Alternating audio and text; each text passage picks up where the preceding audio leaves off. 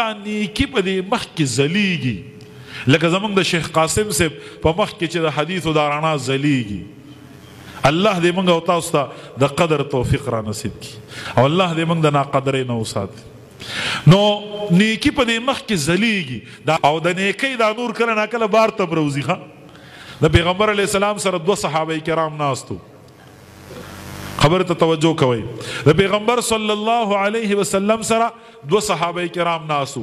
د شپې خبرې کې دي، خبرې اوږدې شولې، نیمه شپه شوله چې کله هغوی دواړه رخصتېدل نو یو چوکۍ ځان ته مخې ته داسې ونیوله چوکه، نو د هغې چوکۍ د دې سر نه یو رڼا ختله، نو دوی دواړه په هغې رڼا کې روان وو لکه بیټري د نن زمانې. نو چې کله یو ځای ته ورسېدل هلته د یو صحابي کور دی خوا او د بل صحابي کور دی خوا، نو هغه چوکۍ په منځ نیمه کړه، نو نیمه یو واغسته نیمه بل، نو هغې یو هم نیمه چوکه ځان ته مخې ته نیولې وه رڼا یې کوله او هغې بل هم نیمه چوکه ځان ته مخې ته نیولې وه رڼا یې کوله. نو دا د بیټرۍ رڼا نه وه، دا د سیلونو او د بجلی رڼا نه وه، دا د ایمان رڼا وه.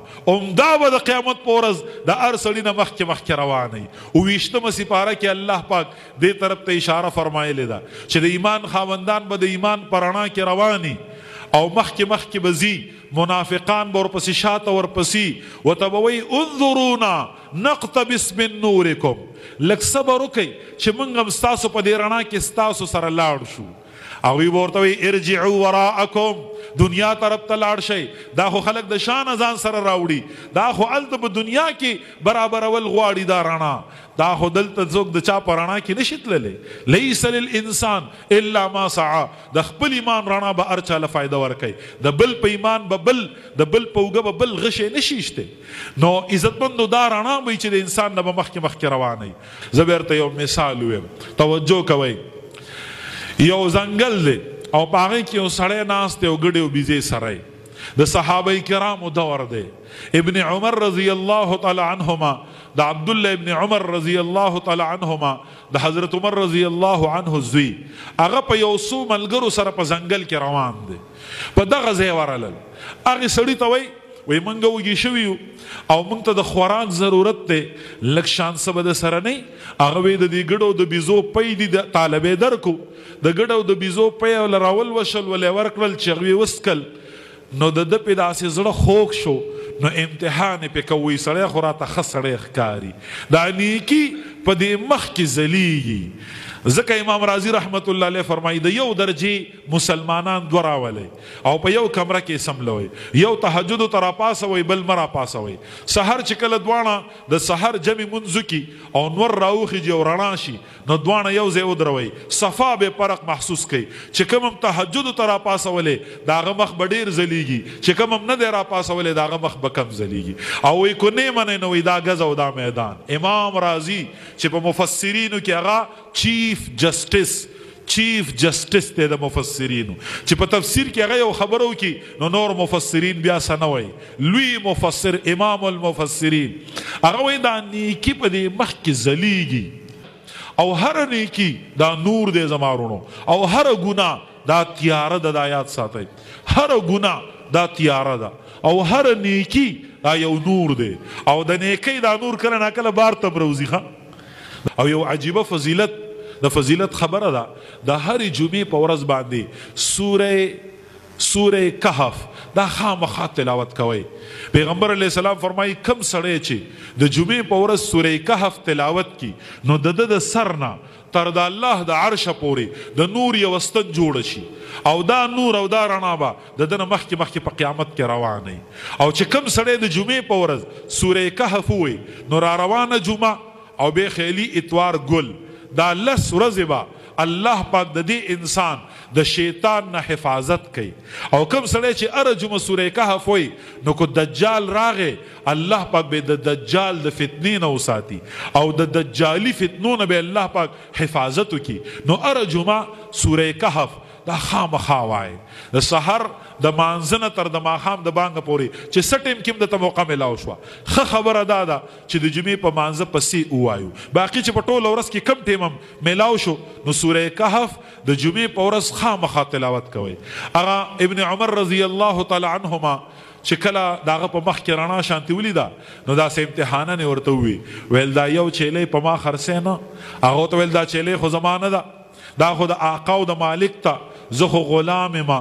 هغه ورته وی غلام ته آقا ته څه پته لګي دا چیلې مال را پیسې جیب کې واچوه او مالک ته دی وایا چې هغه شرمخ راغی او یو چیلې رانه ماته کړه ویې خوړه. نو هغه غلام د ایمان خاوند او په ځنګل کې ناس او ځان لزه او د الله پاک نه بغیر هلته بل څوک دي.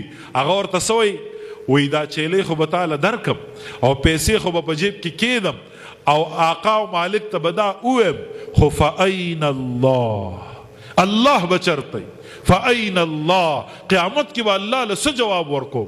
الله پاک دې دا کیفیت مونږ او تاسو ته نصیب کړي چې په هر وخت کې الله پاک مونږ ته یادي. دومره دا خبره خوښه شوه د ابن عمر رضی الله عنهما چې کله مدینې منورې ته راغی نو داسې به ناستو او داسې به وخوځېدو د ډېر شوق نه. وی په ځنګل کې یو غلام ناست دی او صرف د الله یره په زړه کې ده او هغه وایي چې فأین الله الله به چرته او الله پاک له به څه جواب ورکو. نو چې کله ډېر زیات مینې ورسره پیدا شوله نو آخر دا چې بس د هغې خپل مینې نه مجبوره شو بیا راغی ځنګل ته. هغې غلام ته وایي ستا آقا څوک دی؟ وی پلان کې په مدینه منوره کې اوسیږي دا ګډې بیزې دام د هغه دي. چې راغی ورته ویل دا ستا یو غلام دی په ځنګل کې په ما یې را خرڅ کا. هغه ویل زه خو یې نه خرڅوم زما ډېر خوښ دی خو زه بس چې تاسو یې غواړئ نو تاسو ته انکار نشم کولی اسې ستاسو شو. هغه ورته ویل نه پیسې.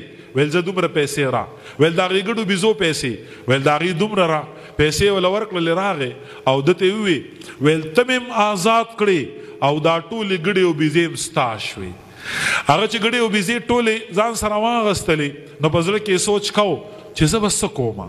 مخکې خو آقا او د هغه غلام ومه راشه دې قرآن پاک ته توجه وکړه. زما وروڼو دا د الله پاک یو انتخابي نظري چې په یو بنده باندې وشي. مفتی نظام الدین شامزی رحمه الله شهید اسلام او شهید ناز یو ډیر لوی شخصیتو په شپږیش ملکونو کې به دا هغه فتوه چلیدله د سوات اوسیدونکی او په کراچۍ کې په جامعه علوم اسلامیه علامه بنوري ټاون کراچۍ کې هغه شیخ الحدیثو په شپږیش ملکونو کې دا هغه فتوه چلیدله.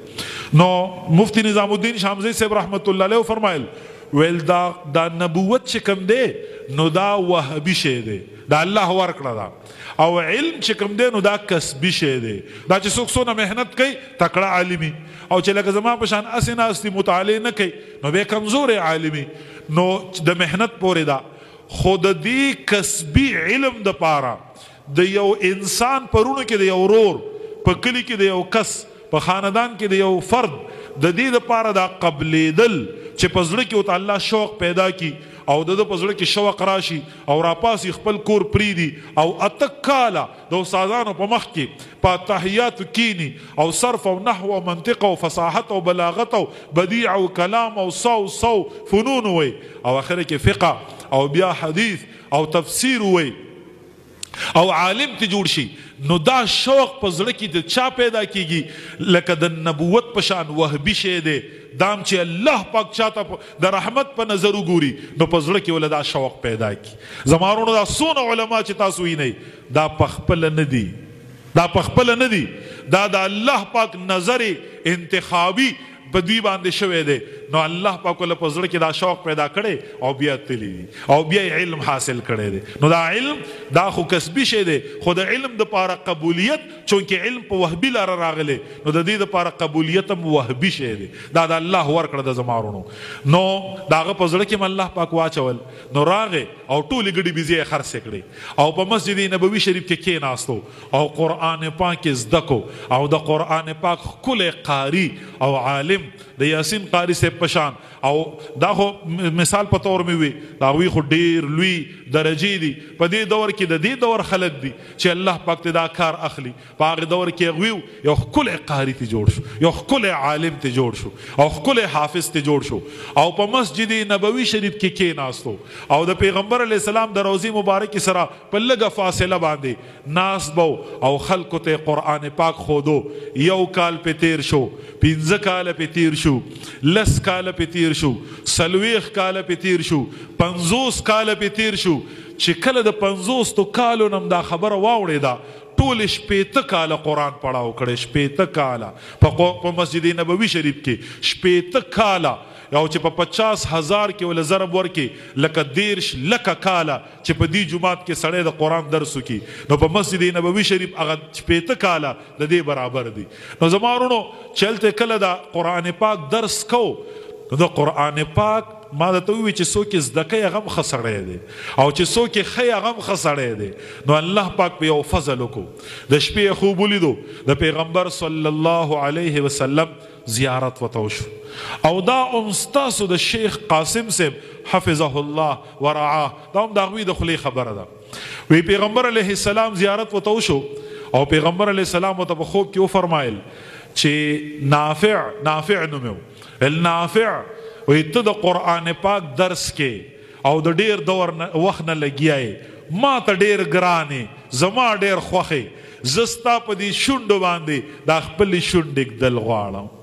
چې څنګه دا واورېدل، نو پښتانه وی قسمت میرا بیدار شوی دی، ہمارے دن پھر گئے، اردو والے وی وارے نیارے ہو گئے.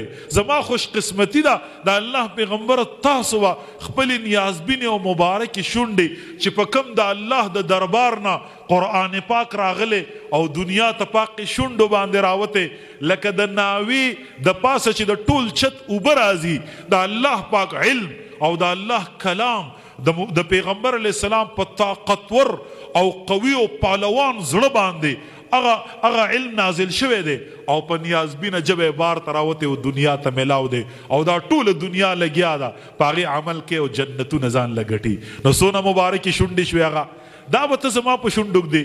نو چې کله یو خپل شونډې مخامخ کړي، او پیغمبر علیه السلام خپل شونډې د هغه د شونډو سره ولګولې، چې سار را پاسېدو نو یو خوشبو تتلله، یو خوشبو، او دا خوشبو د یوې ورځې نه وه، د 2 ورځو نه وه، څو کاله چې هغه د دې خوب نه پس ژوندی و، تر د وفاته پورې ته دا خوشبو تله، او دونه مشهوره شوه چې دغه شان نه په مشکو کې وه او نه په عنبرو کې وه دا خوشبو. نو چې په کوڅه به تیر شو، نو دننه به په کور کې زنانه او ته پته ولګېده، امام نافع رحمه الله هغه په کوڅه کې تیر شو. عزتمندو دا د قرآن پاک د درس او د قرآن پاک چې په چا نازل شوی دا هغه په خوب کې د لیدو، دا د دې برکاتو چې الله پاک په کلونو د مدینه منورې په نیازبین کلی کې خلکو ته چې کم دی نو دا ښودل په هغې نیازبین ښار کې. نو زما وروڼو قرآن پاک ښودونکی هم عظیم دی او زده کوونکی هم عظیم دی.